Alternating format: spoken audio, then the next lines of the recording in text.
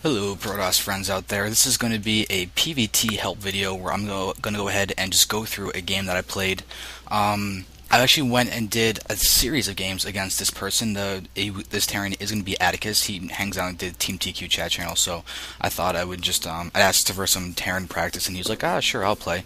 He's a Masters random player, so he's got a good handle on all the races, all the matchups. So it's definitely a particularly good thing to get a practice partner who's random, because they literally know both sides of the matchup very, very well.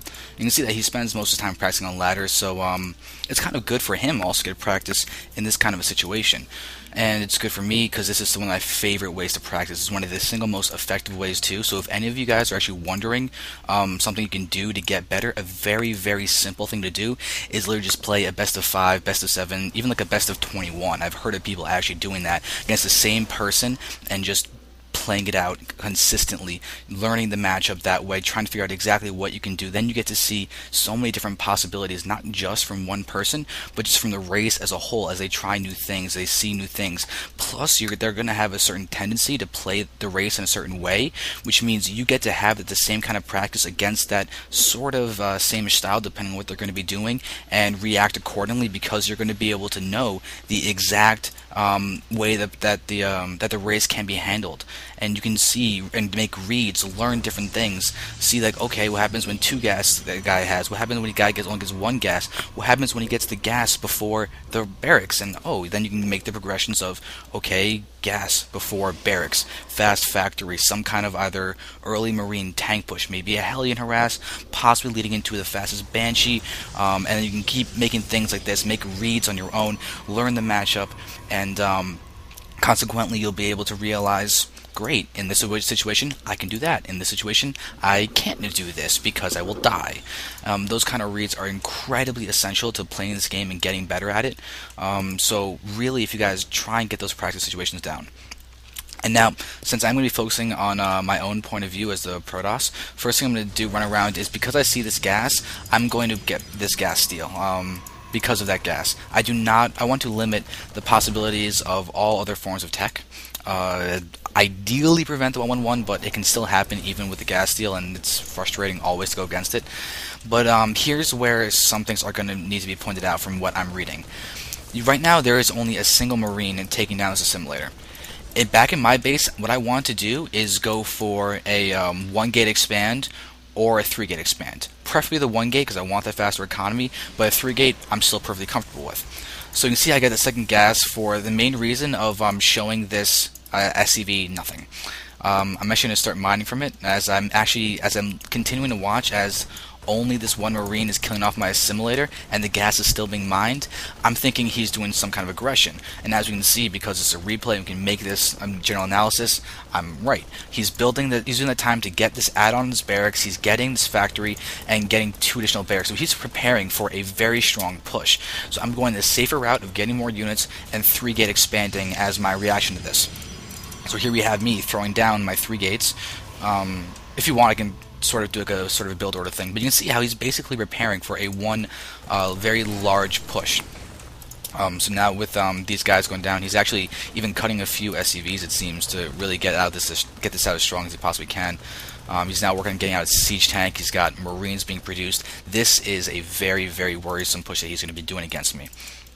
So now, I'm kind of waiting for some aggression, maybe be it a Reaper, be it a Marauder pushing out or something, but I have control of this watchtower, so I'll be able to see if Reapers are going to be coming up over here. This is kind of a clear thing that you must do as Scout. Metalopolis is a good map to defend against Reapers because you can get vision of all of your entrances pretty easily. You can see that for me right now, I have every single entrance covered except for this tiny little patch, which I'm going to be able to see based on my units that were just there, but they're down here trying to prevent the Scout to see my Nexus that I did throw down. While in the land of Atticus, he's just producing out basically tanks and Marines. He's waiting to get this next tank out. There we go. And you can see he's doing a good job spending his money. Our food counts are pretty much even right now, but my Nexus is going down, and I'm about to be able to bring in a lot of units from these gateways. My work is about to finish, and I'll be able to get all these guys out very soon. So I'm actually going to start doing a little bit of pressure. This is what I would like to do ideally, is push out with these guys. I've moved my probe to this xel'naga tower for one reason. I'm actually going to talk about that for a second. Right now, at this point in time, I want to pressure him because I don't know what he's doing. I've expected an attack at a little bit of early pressure or something, or basically maybe even Banshee Rush or something, because he hasn't done anything. I stopped it, sort of delayed it at the very least with this gas steal. But the main thing to note is that I want to push, but I need to make sure I don't get counterattacked. That is why this probe was moved over to this watchtower. I can see if he's going to be moving out, and at this point in time, I see a single Marine. If I noticed that at that perfect moment, I would think, okay, maybe he's just taking the watchtower. But my units are here. I'm starting to prep for an attack. I would use this probe to put a proxy pylon to put some more pressure onto him. But as of right now, I'm gearing up to do pressure because my warp gates are literally being made right now, and this is a good time to be aggressive. So now let's take it from here and take a look at what's going to be happening right now with this push. So now he pushes forward. I now get this big vision, this big blue blob on my minimap from all these units. And just a note from him, he should be taking out the probe from that watchtower. Should be checking that. But you can see I am instantaneously pushing back my entire army. My Nexus is about to complete. I'm not completely confident in my ability to defend this, but I can always pull these probes I'm transferring to my natural if I need to. But you can see I'm setting up an arc right now, so when he attacks in, I'm in a good position. So here we're going to have him pushing. I'm going to slow down the speed so you can see exactly how it's going to be controlled. Warping in more of those stalkers and everything, but I'm also making sure that this siege tank is separated. I want to get those zealots up there, but I got to be careful right now. I'm basically making sure that he can do as little as possible, and I need to pull back right now. These force fields are now hurting me, just as a side note, but I picked off that tank, and that's what I wanted to do. I have guardian shields, and I have force fields and stalkers. I can deal with the Marines, but the tank DPS against my stalkers is very, very, very worrisome. So I will go ahead and push in. I'm going to go ahead and try and actually snipe that tank. I'm going to move forward, take it out, and then push back, save my sentries. And now that I've killed those guys off, I need to pull back immediately. Let the zealots that I'm warping in now get against those Marines, because this is still a scary force. It's getting more even, and now I continuously warp in. It's helping me a lot more. And it may seem weird to that one force field, but it actually helps a lot in changing these guys' ability and taking away their ability to really kite. So now I pull back, save my sentries, don't want them getting sniped, and I'm going to be aggressive against this push with my stalkers, but you can see me sloppily. I end up selecting both those instead of just the one guy, and I have to repeat this once again, and now this one stalker will take that Marine away, no problem. But this is always something for you Terrans that you're going to have to do, is take out these injured guys, because you want to limit, because he pulled SCVs, he pulled 5 SCVs I think, yeah, 4 or 5 SCVs to try and heal everything, and now I am very far ahead. I've got Nexus out, he pulled SCVs, they died. He's now down to 16. He really wanted to do a ton of damage with that push, but it was not successful. So I'm perfectly aware of this, and I'm just going to go ahead and continue in macro to my heart's content. You can see I've thrown down 3 more gates and a robo, because I can theoretically push with this. I'm going to scout around with the probe. This was the probe that's at the watchtower. I want to see what he's doing. And there we have this going on. And I'm going to try and keep it alive because he's actually pulling back. I guess he's expecting a push. But notice, if you just saw that, I actually clicked on the mineral field to see how long he's had that expo. And you can see it's only at 1480, 1485 or whatever when I clicked on it. So I know this is a brand new expo, and I'm immediately happy with where this game is at the moment. I am ahead. You can see that if you click on my mineral patches, they're down below 1400, all of them. So I've gotten a good bit more resources from him. You can see that in my spending tab. It clearly shows that I have a very significant lead in terms of the money that I have mined this game. It's indicated by the food count as well and the work count, because I've been chrono boosting out probes to my heart's content. It is looking solid for me. Keeping my probe alive, just send it down here so I can always send him out to scout. This way it's not being seen when he pushes in with watchtowers. And I want to see his third. I want to get my own third. You can see I'm also setting down the stalker just in case he has a Marine sitting up there to scout it out, and he is setting a Marine over there. He's actually going to be scouting it directly in that respect, but I will be able to stay alive without any difficulty and throw down my third. So I'm happy with this. Now if you take a look at the income, you can see that it's basically even. Terran's got mules. It's always something to worry about. And you can see that food count is actually, he's ahead at the moment. He's ahead right now, 68 to my 67. And you look at the worker count, 47 to 29. He is significantly doing a good job of re-SCVing after losing those guys. And he's muling, so he's got an even economy with me. Just note this, you Protoss guys that are out there, especially lower league, because you do not want to underestimate those mules. So, here's my third, because I know I'm in a good spot, but I'm by no means an easy win. So I am going to do something, though. This is a reaction I'm going to do because of that early damage that I did, and knowing the expo was so late. I'm going to be greedy and go for double Colossus. This is very atypical for me. This is me making a read on the game and seeing, okay, this will probably work. I've got good map vision. I know he hasn't done something weird like gotten a PF at the gold or something. I'm still scouting around. My observer is here. I'm going to be able to see that there's no third, and I'm going to move down and just take stock of where he is. You can see he's adding in Marauders. He's got Marines and he's got tanks. He's got siege mode now. He's in a very good spot, but there's no starport tech. This is probably a consequence of the fact that he lost so much economy and can't invest in getting too much, otherwise he could lose to any form of aggression that I could throw against him. So now, here we have me transferring probes from my main, can keep a good saturation. This is something that I do more so than other people, and that's just pull probes early from an expo so that they last longer and have more of an extended income, a more even income, similar to a Zerg wanting 16 drones at every single base. So here I am. Notice I'm also not getting the gases. I'm spending most of my gas on Colossi at the moment and getting a fair amount of Zealots. I'm also working on getting an attack upgrade for the Colossus. This is another thing. Before he does this push, I want to just talk a second about upgrades and your choice of upgrades. For me in this game, because I'm emphasizing Colossi, I'm getting the attack upgrades because I want them to do more damage. It's that simple. If I was going for my more normal gateway-centric unit style, I would be getting the armor and getting plus the armor ASAP. You can see right now I don't have a Twilight Council. I'm focusing on economy and Colossi as the main way to defend and be aggressive, and that's all I'm going to be having for a short period of time. So now it's going to see, I believe I did see that attack coming in. You can see my army is moving forward. This is a very annoying time for him to attack. My Colossi does not have extended lands. You can see it's researching there. It's got another 45 seconds before it's even done.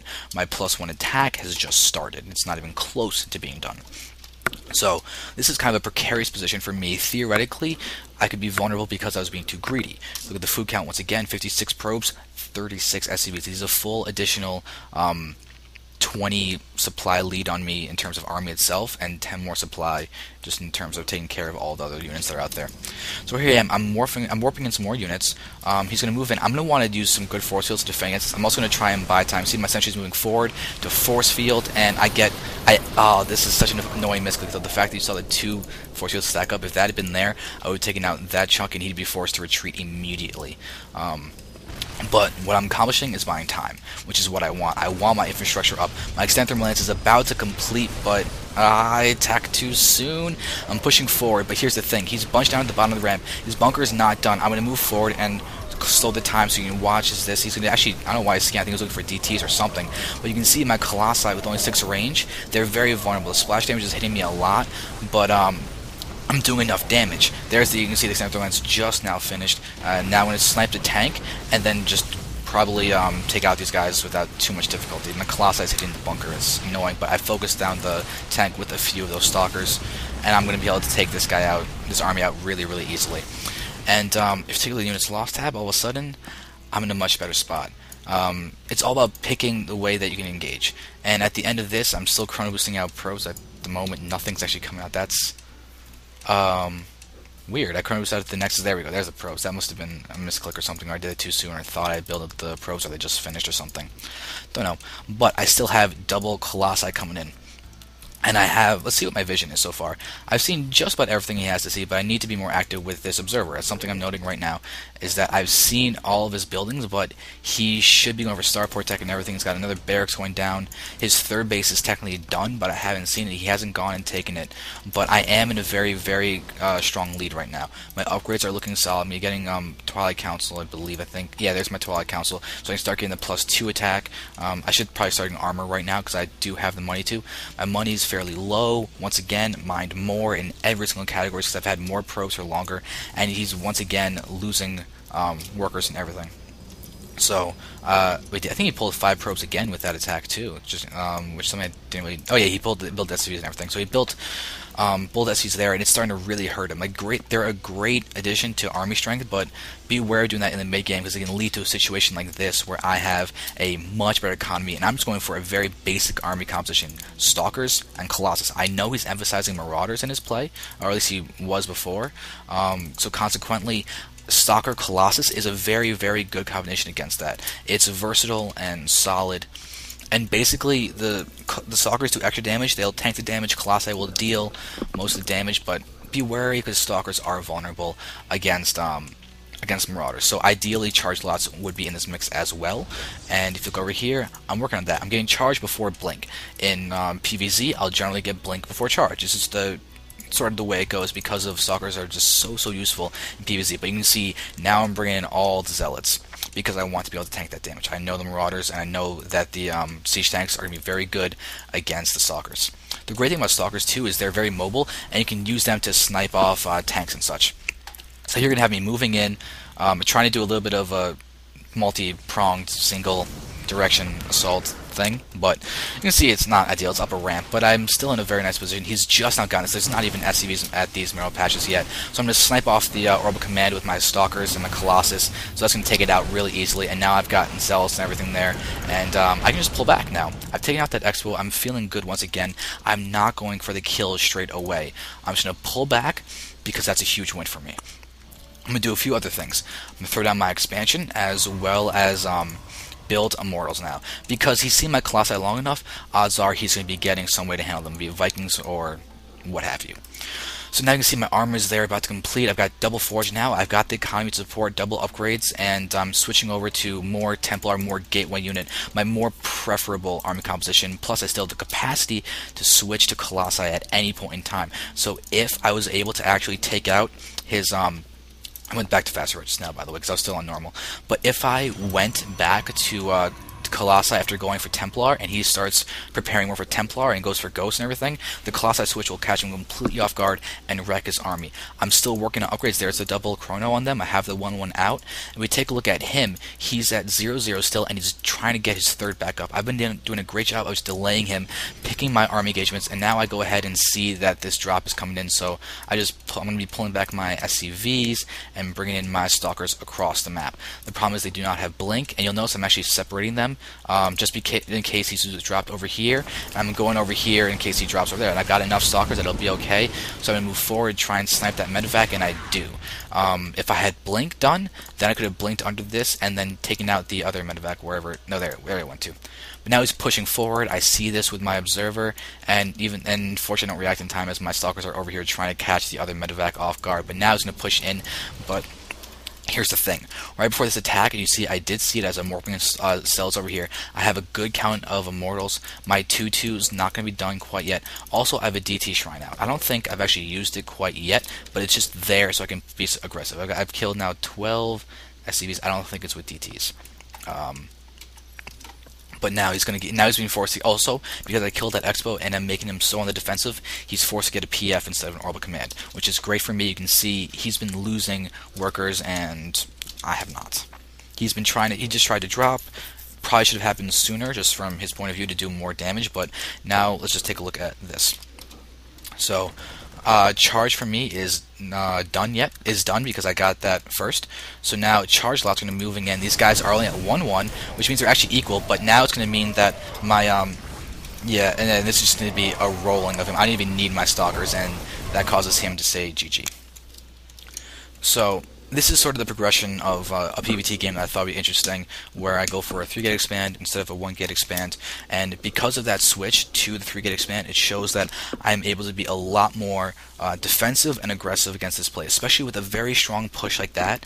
If you can handle that well, you're good, but if you don't micro and you end up letting him take you out with big kiting or just not being susceptible to the force fields, moving the Marines well, and allowing the siege tank to hit your stalkers, you're in a bad position. A push like that is going to guarantee do some kind of damage. But if you handle it right, see it coming, get the right unit composition, and can then react in time by getting your correct unit composition and know if you need to pull probes or not. That's another big thing you need to do, is know if you can pull probes. Because even if you pull probes sometimes, if he ended up deciding to expo behind that sooner, and you pull, just say, 6 probes when you're not necessary, and they end up getting sniped by the Marines, because that's very, very, very plausible, all of a sudden your commies are either even or maybe even he's ahead. He pulled SCVs, I didn't pull probes, and that put me in an exponentially, hugely good spot for the very beginning of the game, and I decided to capitalize on that by getting very strong, beefy units produced 2 at a time,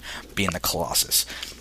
So realize these relationships in terms of your economy strength and his economy strength. Take advantage of it accordingly, and you can end up being in incredibly good positions where at the end of the game, I'm just going to switch back to the screen, and at the end of the game, you have a units lost tab that looks like this. You lost 30 for 4,000. He lost 89 for 7,500. You have a worker kill count where you're at 15, he's at 2, almost purely because of the fact that he ended up bringing SCVs with attack, and he did not do enough damage with that.